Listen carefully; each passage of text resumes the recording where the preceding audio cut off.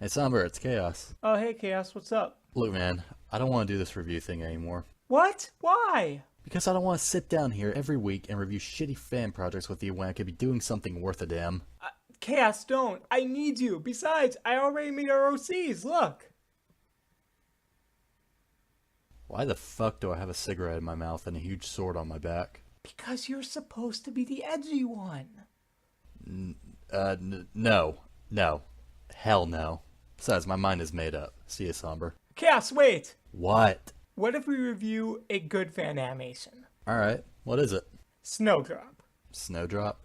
Are we going to review it blind? No. I mean, no one reviews anything blind. But still, we can't turn a blind eye towards it. I'm not sure. Looking at this, I can't see it being all that great. Well, why don't you give it a good viewing and tell me what you think? Huh. Looks decent enough. Alright then, let's go. I wasn't really going to leave anyway. I knew you would see it my way. Wait, what? Hey guys, SomberGuy20 here, and as you can tell from that unneeded but hopefully entertaining opening segment, we will be reviewing Snowdrop. Now, to say Snowdrop is unknown would be an outright lie. Literally, millions of people have seen this video, and it is loved by many, even being voted the second best video of 2013 by the Brony community. It is made by the very talented Silly Philly Studios crew. This is an example of what a fan animation is when you put time and effort, as well as good character portrayal and decent storytelling, into a project. Snowdrop is not a terrible fan animation by any means, but it's not without its flaws either. But we will get to those soon, so I will let Somber tell the story. No, Chaos, you tell the story. Okay, why? I have my reasons. Alright then. Alright, so we open up with Princess Celestia narrating about the first winter snow, and then it shifts over to a classroom in Cloudsdale. Here, the teacher named Miss Windeth is teaching his students about the spring sunrise, and to celebrate this, the students are partnered up and are asked to present the gifts to the princesses. Now this is where our main character, Snowdrop, is introduced. What you'll quickly notice about her is that her eyes are glazed over with a blue tint. This is to show that she is blind, and because of this, she is shunned by her classmates. Now Snowdrop is the only one in class who does not have a partner or anything to show for the presentation and is singled out for it by her classmates. After this, when she returns home, Snowdrop puts herself down and begins to think that she's useless. She does not want to go to the spring sunrise because she's scared that the princesses will laugh at her. After this, she then looks up at the sky and remembers a night where her and her mother, Primrose, gazed at the stars. Chaos, can I stop you for 1 second there? What is it? Look at her mother. What about her? Doesn't she look a lot like Fluttershy? I don't really care. Can we go back to telling the story? Well, no, I do care. How could she look like Fluttershy? I mean, isn't this 1,000 years in the past? I mean, but how can that be? But that must mean that... No one cares! Please, you don't have to be a dick about it. As I was saying before, I was so rudely interrupted. While they're looking at the stars, Primrose tells Snowdrop that she can hear the stars twinkle if she listens closely, and that she doesn't need her eyesight at all to find her place in the world and to make an impact. After the flashback ends, Snowdrop wishes that she could do something great one day. She starts to cry, but the tear freezes into a small ice crystal. Being inspired, she takes a feather from her wing and carves the crystal into a star-like shape based off how Primrose described stars to her. A couple of days later, during the summer sunrise, Celestia and Luna thank the students of Windet's class and their family for the gifts. Before they choose the gift to be the centennial symbol, Snowdrop and Primrose arrive and present Snowdrop's snowflake as a gift. Her classmates think the gift is meaningless, but Snowdrop explains why it's not true. Celebrating spring is good.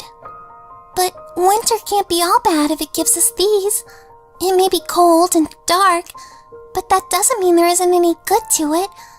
Maybe winter is sad that every pony doesn't like it. So, maybe we need to make wishes on the winter's snow. Maybe then we can have a happy winter instead. We already have a happy spring, and summer, and fall. Can't winter be happy too? Because winter, it's important. Even if it seems useless, it can give us wonderful things. Luna and Celestia are moved by Snowdrop and want to see her gift.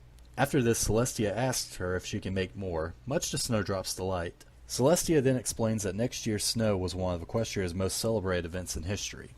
Snowflakes with much more detailed designs are shown falling on Ponyville, and then Snowdrop earns her cutie mark. Flash forward 1,000 years later. Snowdrop has long since passed away, and the princesses are down to her very last snowflake, which was the one that she presented them during the summer sunrise that year. Luna is reluctant at first, but Celestia eventually convinces her to release it, and that's where it ends. Wow, pretty sad at the end there.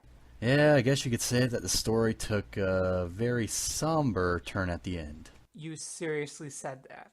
You seriously wrote that and told me to say it. I think that you should start covering the characters before I seriously wring your neck. I think you should start actually hosting your own damn show and stop asking me to do everything before I wring your neck. I guess do it. Alright, moving on to characters now. There's not really a whole lot to say here because the only real main character here is Snowdrop. Alright, now about Snowdrop. As I mentioned earlier, she is blind, and because of this, because of her being bullied by her classmates, she's very timid and sensitive, and she's also very fearful. She worries about the princesses laughing at her when she's working on her gift to present to the spring sunrise. However, when she goes to present to the princesses, she stands up for herself, basically shuts everyone up. It's not snow. I made a star. A star? You can't make stars. It doesn't even look like one. Maybe it doesn't look like one, but it's still a star. Don't really know how else to describe it. Alright, the other two characters are Miss Windeth, the teacher. She's worried for Snowdrop, and she tries to be supportive of her. And her mother Primrose is also very caring and tries to support her too, and is the main reason she got that burst of inspiration. So that's about it. The only other noteworthy characters are Celestia and Luna, and they are portrayed accurately. There's also the classmate bullies. Yeah, you know how Silver Spoon and Diamond Tiara are in the show? There you go, those are Snowdrop's classmates. Yeah. Only this time around, I didn't really want to strangle them. I just wanted to smack them. So, I guess you're gonna have me do animation now? No, I'm actually going to do it myself, thank you very much. Oh wow, that's amazing! You're actually doing something on your own show? Bravo! Shut it, Chaos, otherwise I will ship you off. Anyway, the animation in Snowdrop is, for the most part, flawless. If there's one thing that Silly Philly Studios is really good at, it's animation. I mean, look at how nice this looks. Look at that shading. It's really, really good. I don't know how they do it. I could never do that. But their animation is very fluent. It's on par with the show. And it's just amazing when you look at it. The animation in Snowdrop is no exception.